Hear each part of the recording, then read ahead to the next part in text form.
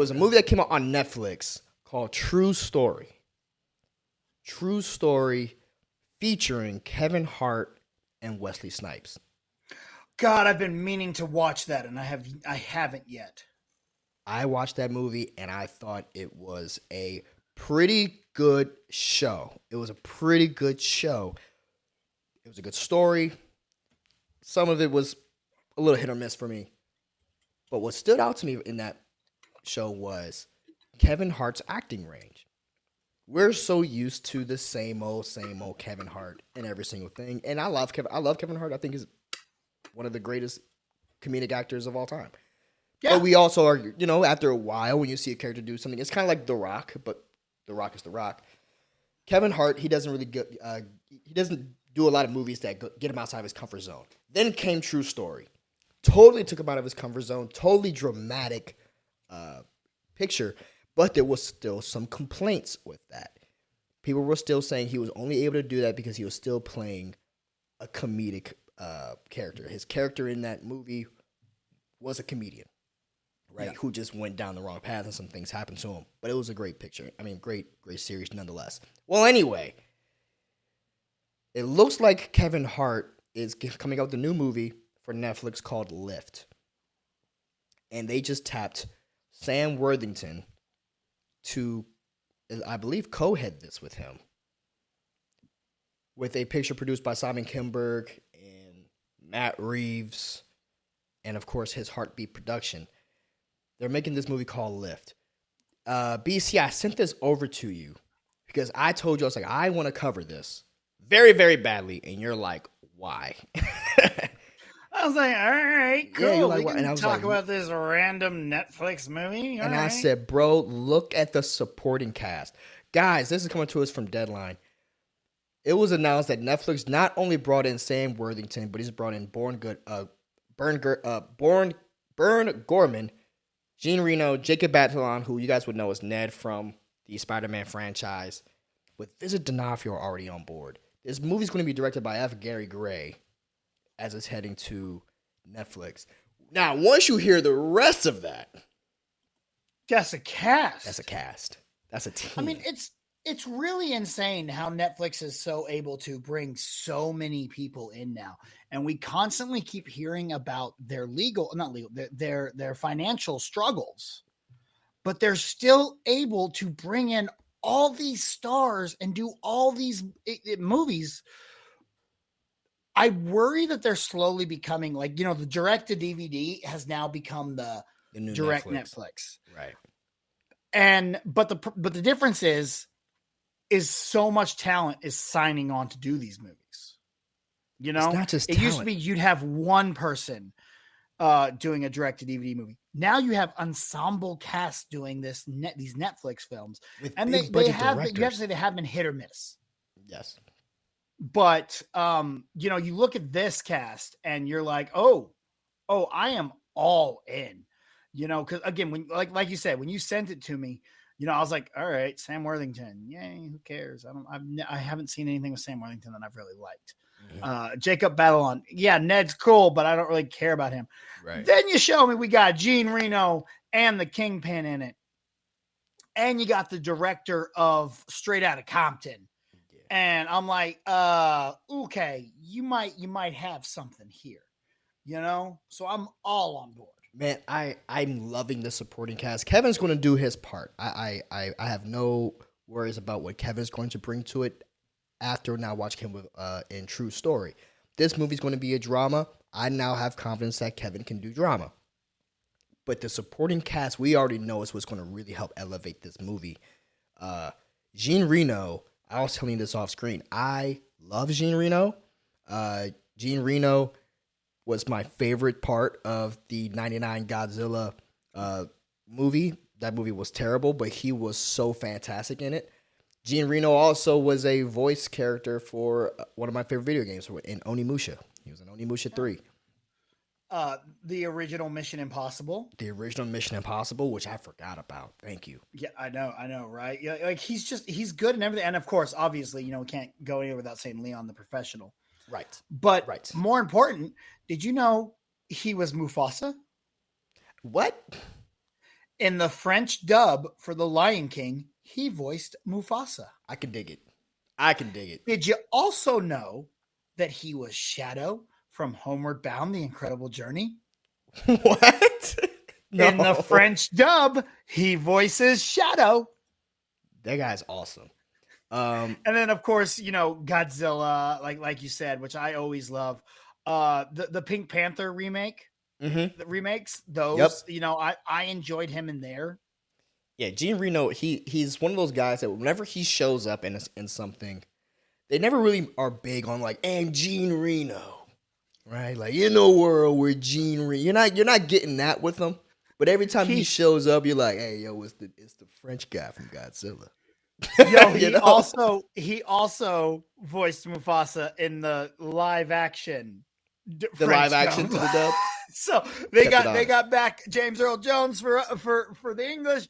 They got back Jean Reno for the dub.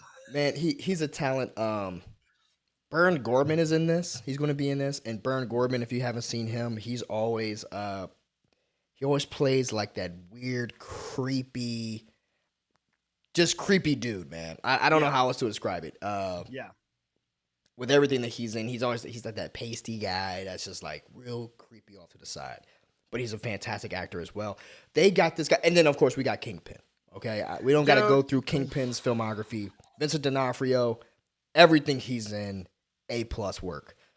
Dude, fantastic. I just got this dope piece of art that I haven't hung up yet, but it's gonna go right up over here.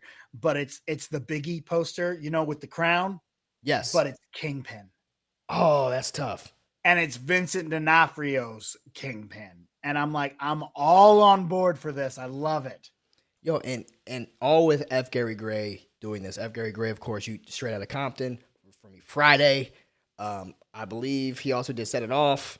Yo, I'm here for F. Gary Gray. I'm glad to see that Kevin is working with someone like an F. Gary Gray. I think that Kevin could use someone like an F. Gary Gray to help him in further movies. So I'm hoping that they can start to do like a partnership. I think they will be really, really good together. But yeah, it's good for Kevin. I know that he's been wanting to do more with his movies beyond just the comedic stuff that he has going on. Well, did you see Fatherhood? I did. Yes, I did. I saw it after I saw True Story. If you don't know that after watching that, if you don't think Kevin Hart can do dramatic, then I don't know what's wrong with you. Fatherhood was great. Fatherhood was great. Where he was a single dad, and it's just a strugglehood of like this, just to show the struggle of being what a single dad is and how you aren't somewhat accepted as a single parent. Like it was a really cool thing. Really cool, really good movie. Kevin's been doing this, and of course, you got his Jungle Books, and he has those movies. But it's good to see him doing this as well. And of course, he got his comedy specials. But we talk about actors like Adam Sandler earlier. We talk about Robin Williams. We talk about Eddie Murphy. Mm-hmm. All comedy guys that we really, really put on a pedestal with their dramatic acting chops. Deservedly so. I'm not saying that they're put on a pedestal in a bad way. They've earned that spot. Robin Williams, one of the greatest. We know him as being a fantastic comedy actor. We know that. But when you see him doing this dramatic stuff, we're like, wow, this guy's amazing. Yeah. Adam Sandler the same way. Eddie Murphy the same way. I would love to see Kevin. I want to see everyone act on levels that they never thought that they could, and I would love to see Kevin start to do those things so we can recognize him. If he is talented enough, I want to see him recognized for that, right? So I honestly want to see Kevin Hart win an Oscar. Yeah. And then get up on stage and go, fuck the Academy. Yeah, they did him dirty for that. I want to see it so bad. I never liked that decision at all. I personally thought Kevin should have just stayed in his lane, but that's beside the point. No, I was proud of Kevin for that. Yeah. I really was, because he's maturing a lot. He's showing that he's maturing a lot in the industry. Kevin didn't grow up. I mean, Kevin Hart's story is very. What did you know Kevin Hart from before he was Kevin Hart? Yeah, I mean, most people. I was watching him shoot, I want to say, man, this must be 2004, 2005, doing stand-up and seeing the specials on Comedy Central. This is before Soul Plane. Okay. This is because before. there were the two movies that introduced me to Kevin Hart and made me go, I love this guy. And one of them was Soul Plane. Right. I cannot tell you how many times I watched Soul He got Plane. his ass stuck in the toilet seat. Yes. I can't, to this day, I can't hear Salt and Pepper's Push It without thinking of D.L. Hughley's scene in that movie. The movie's great. And as well, the other one was Fool's Gold. I don't know if Yes. you've ever seen Fool's Gold. Yes, I have. Slept on. People don't watch that movie. Yeah. Yeah. Slept on. Bad Bunny. His name is Bad Bunny. Mm-hmm.